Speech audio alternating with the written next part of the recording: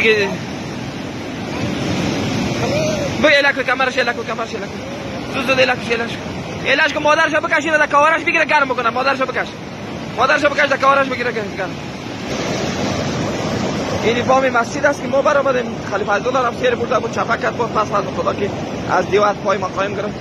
این چی است دیگه؟ این اولیای ماست، این خانای ماست، کسی نماند. این باغاست، این زمیناست، کلگیش در مجموع سیل برد. این خانه سرمعلم حبیب است، کلگی را سیل برد. هیچ چیز نماند.